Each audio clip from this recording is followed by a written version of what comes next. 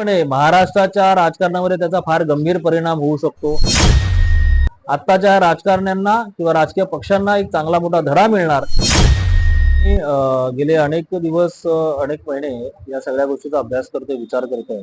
मला एक गोष्ट लक्षात आली की दरवेळेला महाराष्ट्र राज्यामध्ये ज्या निवडणुका होतात किंवा देशामध्ये निवडणुका होतात, आता विषय महाराष्ट्राचा आहे म्हणून मी महाराष्ट्रापुरतं बोलतोय, की आमचा वीरशैव लिंगायत समाज या ठिकाणी संख्येने खूप जास्त आहे. आपल्या सगळ्यांना कल्पना आहे.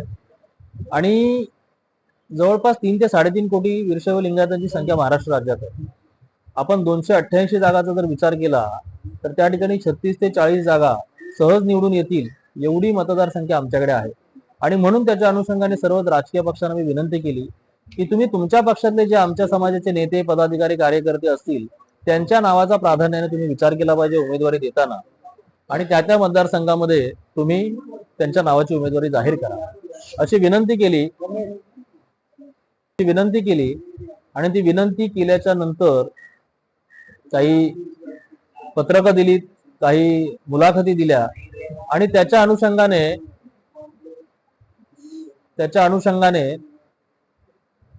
काही राजकीय पक्षाने त्याला सकारात्मक प्रतिसाद पण दिला.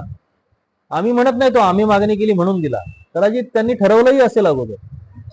आम्हाला कुठलंही श्रेय नकोय, आमचं काम झाल्याशी मतलब आहे. तर एकंदरीत राजकीय पक्षाने आम्हाला एक 10 ते 11 जागा दिलेल्या आहेत सगळ्या मिळून.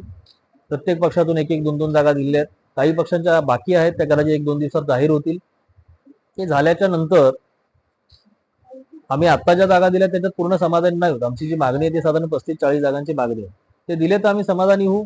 आता काही जागा दिल्यात हेही नसे थोडके, आणि काही जागांबाबत बोलणी चालू आहेत. जर त्यांच्याकडे वीरशैव लिंगायत उमेदवार नसेल त्यांच्या पक्षामध्ये तर तो आम्हीही द्यायला तयार आहे, ज्याची राजकीय पार्श्वभूमी चांगली असेल, समाजामध्ये चांगलं नाव असेल, उच्च विद्या विभूषित असेल, असे उमेदवार आम्ही देखील सुचवायला तयार आहे. ही पहिल्यापासून मागणी आहे की साधारण 36 ते 40 जागावरती आमचे उमेदवार आम्हाला हवेत. आणि ते आम्ही कुठल्याही पक्ष, जे पक्ष राजकीय पक्ष आहेत त्यांच्याकडे ती मागणी केली आहे. मग ते भारतीय जनता पार्टी असेल, शिवसेना असेल, दोन्ही गट, त्याच्यानंतर महाराष्ट्र नवनिर्माण सेना असेल, सगळे अगदी काँग्रेस, राष्ट्रवादी सगळे आले त्याच्यामध्ये.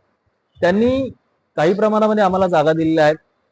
शिंदे साहेबांच्या शिवसेनेच्या वतीने देखील आम्हाला आश्वासन मिळालेलं आहे की तुम्हाला 2-3 जागा आम्ही देऊ म्हणून. त्याबाबत बोलणी सुरू आहेत.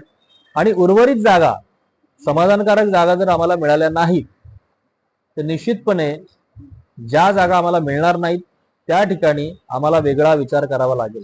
तो विचार असा असेल की तिथे जाणीवपूर्वक वीरशैव लिंगायत समाजातील उमेदवार सक्षम असताना जर दुसऱ्याला कोणाला जर जागा दिली तर त्या ठिकाणी आम्ही नोटाचा पर्याय आम्ही समाजाला आवाहन करू की तुम्ही त्या ठिकाणी यापैकी कोणताही उमेदवार नाही असं तुम्ही हे करा, की जेणेकरून त्या ठिकाणी पुन्हा निवडणूक घेता येईल आणि आपल्याला आपला उमेदवार देता. अशी बोलणं नाही.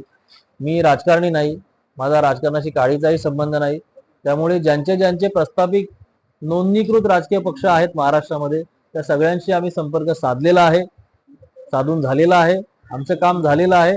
आता त्यांची वेळ आहे, त्यांनी संपर्क आमच्याशी साधायचा, प्रतिसाद द्यायचा. कोण? नाही, त्यांचा तो वेगळा पक्ष आहे. मी फक्त माझ्या समाजापुरतं बोलतो, वीरशैव लिंगायत समाजापुरतं बोलतो. त्यांच्या समाजाबाबत बोलण्याचा मला अधिकार नाही. मुळात मी कधी जातीमध्ये राजकारण करत नाही. मला आता नाईलाजाने भूमिका घ्यावी लागली, कारण सगळेच जण आपापल्या समाजाचा विचार करतात, तर मी माझ्या समाजाचा विचार का नको करू. निश्चितपणे महाराष्ट्राच्या राजकारणामध्ये त्याचा फार गंभीर परिणाम होऊ शकतो. तुम्हाला येणाऱ्या विधानसभा निवडणुकीत दिसेलच की मतांचा फॅक्टर कमी होऊ शकतो. जो त्या ठिकाणी असलेला उमेदवार आहे निवडून येणारा तो पडू शकतो, निवडून न येणारा उमेदवार निवडून येऊ शकतो, काही होऊ शकतं. मी आता ते काही प्रेडिक्ट करू शकत नाही, पण निश्चितपणे या आमच्या भूमिकेचा परिणाम महाराष्ट्राच्या राजकारणावर होणार. आत्ताच्या राजकारण्यांना किंवा राजकीय पक्षांना एक चांगला मोठा धडा मिळणार. आणि भविष्यामध्ये ही याची नांदी आहे.